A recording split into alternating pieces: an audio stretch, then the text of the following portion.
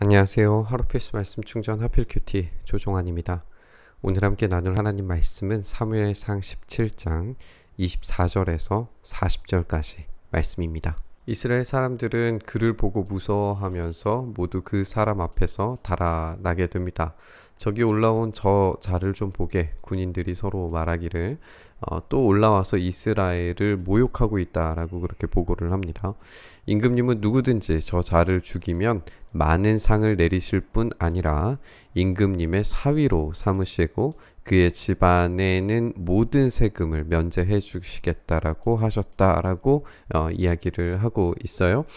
이제 골리앗을 죽이게 되면은 얻게 되는 보상에 대해서 이제 여러 가지를 나누게 되는데, 임금님의 사위를 삼겠다라고 하는 이 약속이 이제 이루어지게 되죠.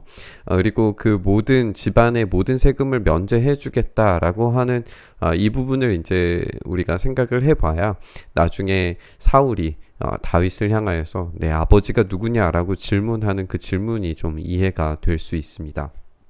사실 이제 사울이 다윗을 몰랐을 리가 없죠. 이제 자기가 악령이 들어서 괴로워했을 때에 수금을 통해서, 비파를 통해서 이제 악령을 쫓아주는 그런 역할을 했기 때문에 몰랐을 리가 없습니다. 그런데 이제 너의 아버지가 누구냐라고 질문하는 것은 아마도 그 집안에 있는 모든 세금을 면제해 주겠다라고 한 이 약속 때문에 더 정확한 이제 신원의 확인을 요구하지 않았을까 싶은 그런 생각이 들어요. 어쨌든 이 두 가지의 약속을 제시하고 있는 걸 우리가 보게 되고요. 다윗이 곁에 있는 사람들에게 묻기를, 저 블레셋 사람을 죽이고 이스라엘이 받는 치욕을 씻어내는 사람에게는 어떻게 해준다고요? 라고 이 곁에 서 있는 사람들에게 질문합니다. 다윗이 궁궐 안에 출입을 하기는 했었지만 다윗이 이제 사울의 사랑을 받고 이제 가까운 자가 된 것은 맞지만, 그럼에도 불구하고 아직 나이가 어리기 때문에 이 전투에 관련된 아주 세부적인 내용을 알 수 있을 정도로 사울과 가깝게 이 전투를 치르러 나가지는 않았다는 사실을 우리가 알 수 있게 되죠. 이렇게 주변 사람들에게 묻고 확인을 합니다. 그런데 이제 그 묻고 질문하는 것의 이제 이유를 살펴보면, 저 할례도 받지 않은 블레셋 녀석이 무엇이기에 살아계시는 하나님을 섬기는 군인들을 모욕하는 것입니까? 지금 다윗의 입장에서 화가 나는 부분은 살아계시는 하나님을 모욕하는 것입니다. 이것이 싸움의 이유이고 원인이고 이 다윗의 분노의 원인의 이 제공이 되는 거죠. 군인들은 앞에서 말한 내용과 같이 저자를 죽이는 사람들에게는 이러이러한 상이 내릴 것이다 라고 이렇게 대답을 해주게 되는데, 다윗이 군인들과 이렇게 이야기하는 것을 맏형 엘리압이 듣고 다윗에게 화를 내면서 꾸짖습니다. 우리가 이것을 이제 생각을 해보면은 가족이지만 하나님을 위한, 하나님을 향한 사랑 때문에 나타나는 분노를 아주 폄훼하는 그런 방식의 모습을 우리가 보게 되죠. 이 가족 엘리압이 화를 내는 이유는 이 다윗이 지금 아주 교만하고 아주 건방지고 아주 고집세게 전투의 현장에 찾아왔다라고 그렇게 지적을 하고 있는 것인데, 엘리압이 봤을 때에 지금 기름 부음을 받은 다윗이 마치 자기의 역할을 뭔가 찾으려고 온 것이 아닌가라고 하는 그런 의심을 가지고 있는 것처럼 보여지기도 하죠.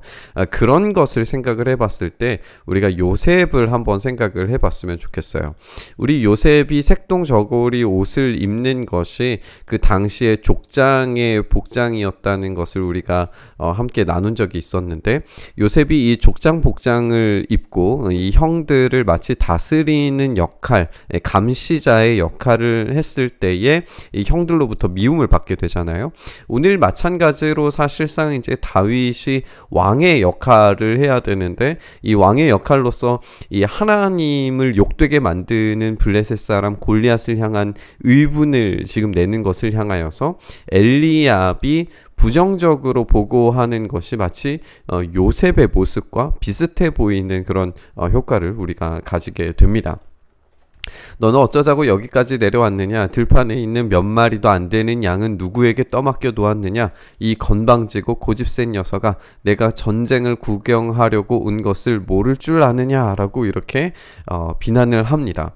그런데 우리가 여기에서 이제 주의 깊게 생각해 볼 것은 뭐냐면, 지금 엘리압이 이렇게 화내고 있는 내용들, 이 누구에게 양을 떠맡겨 놓았는가, 그리고 건방지고 고집센 녀석, 그리고 전쟁을 구경하러 온 것, 이런 단어들이 나중에 다윗이 실수했을 때에, 밧세바를 통하여서 범죄했을 때에 똑같이 다시 사용되는 내용들이에요. 그러니까 지금 다윗은 정당한 의분을 내었을 때의 엘리압의 보고는 잘못된 보고였지만, 이제 다윗이 실수했을 때에는 이 잘못된 자기의 인간적인 모습들을 그대로 이해했던 엘리압의 이야기가 자기의 이야기가 되어버리는 것을 후에 이 다윗이 경험을 하게 될 거예요. 그러니까 엘리압의 이런 충고, 이런 이야기들이 자신에게 이루어지지 않도록 스스로 점검하고 하나님 앞에 겸손하게 지금 이 처음의 마음을 계속 꾸준히 가져야만 했던 거죠. 어쨌든 지금 이 장면에서는 엘리압의 보고가, 엘리압의 비난이 잘못됐다는 것을 우리가 생각을 할 수가 있습니다. 다윗이 이제 대듭니다. 내가 무엇을 잘못했다는 말입니까? 내가 물어보지도 못합니까? 그런 다음에 다윗이 몸을 돌려서 형 옆에서 떠나 다른 사람에게로 가서 똑같은 말로 또 물어보기 시작을 합니다. 거기에서도 사람들이 똑같은 말로 이야기를 해주죠. 다윗이 한 말이 사람들에게 알려지고 누군가가 그것을 사울에게 알립니다. 그러자 사울이 그를 데려오게 했어요. 다윗이 사울에게 말하기를, 누구든지 저자 때문에 사기를 이뤄서는 안 됩니다. 임금님의 종인 제가 나가서 저 블레셋 사람과 싸우겠습니다 라고 그렇게 아주 당당하게 이야기합니다. 그런데 사울은 다윗을 말려요. 전쟁에 나가라고 하는 것이 아니라 나가지 말라라고 이야기를 하는 거예요. 이제 생각을 해보면 지금 이것이 이제 1대1의 싸움이 되고 대표전이 되는 일기토 형식의 어떤 그런 전쟁이 된다면, 여기에서 싸움에 패배하게 되었을 때에 안게 되는 사울의 업적을 무너뜨리는 그런 리스크가 분명히 있었던 거예요. 그렇기 때문에 다윗을 말릴 수밖에 없어요. 그런데 이 다윗을 말리는 이유에 대해서 이렇게 설명을 하는데, 그만두어라, 내가 어떻게 저자와 싸운단 말이냐? 저자는 평생 군대에서 뼈가 굵은 자이지만 너는 아직 어린 소년이 아니냐. 이제 어린 소년이라고 하는 것은 군대에 입대할 나이가 되지 않은 20세 미만의 나이라고 우리가 이제 알 수가 있는 것이고, 골리앗을 지금 설명할 때에 우리 세번역 성경에서는 평생 군대에서라고 이렇게 표현하고 있지만, 원어에서는 이제 어린 시절부터 군대에서 뼈가 굵은 자다라고 그렇게 이야기를 함으로써 이 골리앗은 어린 시절부터 용사고 너는 아직 어린 소년이다라고 하면서 이제 언어적 유희를 사용하고 있는 걸 볼 수가 있어요. 골리앗은 그만큼 탁월한 경험과 온 몸이 그때 당시의 시대의 가장 탁월한 기술로 완전 무장된 사람이고, 너는 아직 어린 소년일 뿐이다. 비교가 되지 않는 상황이다 라는 것을 강조하고 있는 겁니다. 그런데 다윗이 굽히지 않고 사울에게 이야기합니다. 임금님의 종인 저는 아버지의 양떼를 지켜왔습니다. 자기의 이제 경험, 승리의 경험에 대해서 이야기하는 거죠. 사자나 곰이 양떼에 달려들어서 한 마리라도 물어가면 저는 곧바로 뒤쫓아가서 그 놈을 쳐 죽이고 그 입에서 양을 꺼내어 살려내곤 했습니다. 그 짐승이 저에게 덤벼들면 그 턱수염을 붙잡고 때려 죽였습니다. 제가 이렇게 사자도 죽이고 곰도 죽였으니 이제 승리의 경험이죠. 그 신뢰를 들어서 저 할례받지 않은 블레셋 사람도 그 꼴로 만들어 놓겠습니다. 지금 할례받지 않은 블레셋 사람 골리앗을 짐승 수준으로 만들고 있는 걸 볼 수 있습니다. 이렇게 짐승 수준으로 만들어 놓고 똑같은 방식으로 승리할 수 있다라고 이야기를 하는 거예요. 살아계시는 하나님의 군대를 모욕한 자를 어찌 그대로 두겠습니까? 그러니까 지금 다윗의 싸움의 이유는 살아계시는 하나님의 군대를 모욕하는 것을 참을 수 없기 때문입니다. 이것이 이제 다윗의 싸움의 원동력이 되는 것이고 하나님께서 원하시는 방식의 싸움이에요.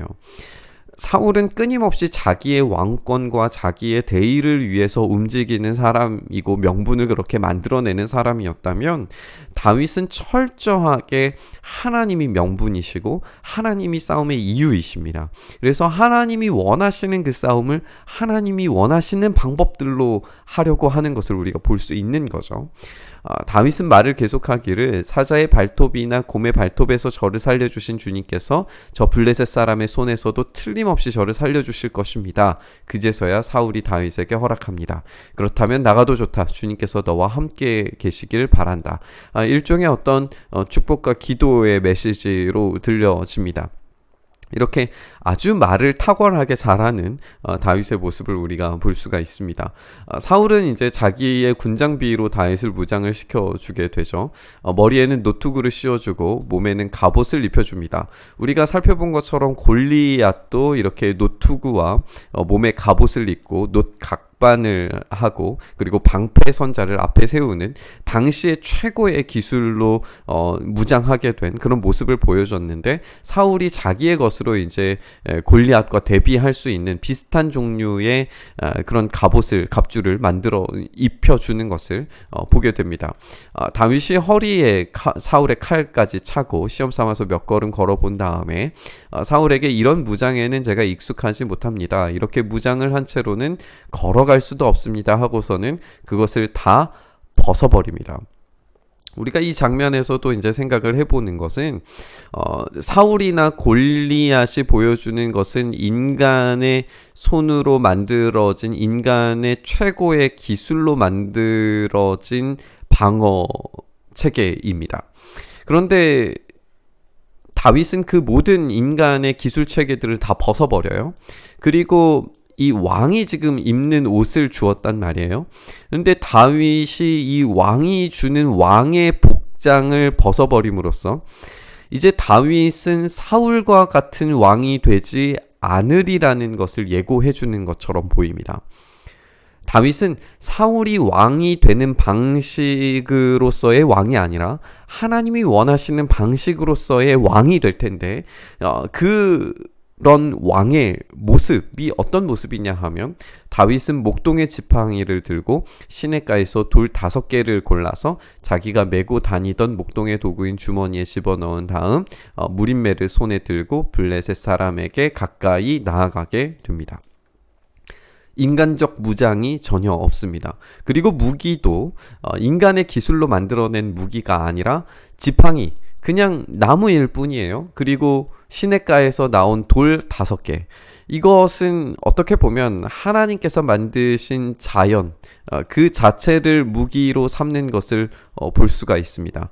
하나님께서 다스리시고 하나님께서 왕이 되시는 그 자리에서 자신이 무기로 삼는 것은 하나님의 이름이고 하나님께서 주시는 그것 자체로 싸움을 하러 나갑니다. 하나님을 저주하는 짐승과 같은 골리앗을 하나님께서 주신 것으로 승리하려고 하는 다윗의 모습을 우리가 볼 수가 있습니다. 함께 살펴본 것처럼 다윗은 인간의 기술과 인간의 왕적인 어떤 명분과 기술과 옷들을 다 벗어버립니다. 그에게 싸움의 이유와 명분은 하나님이십니다. 하나님이 모욕당하시는 것을 결코 참을 수 없었습니다. 그리고 그 싸움을 진행함에 있어서도 인간의 기술과 능력이 아니라 오로지 하나님만 의지하고 나아가는 것을 보게 됩니다. 그가 이렇게 하나님만 의지할 수 있었던 이유는 하나님을 의지함으로써 얻었던 승리의 경험들이 차곡차곡 쌓여져 있었기 때문에 이런 용기가 가능했습니다.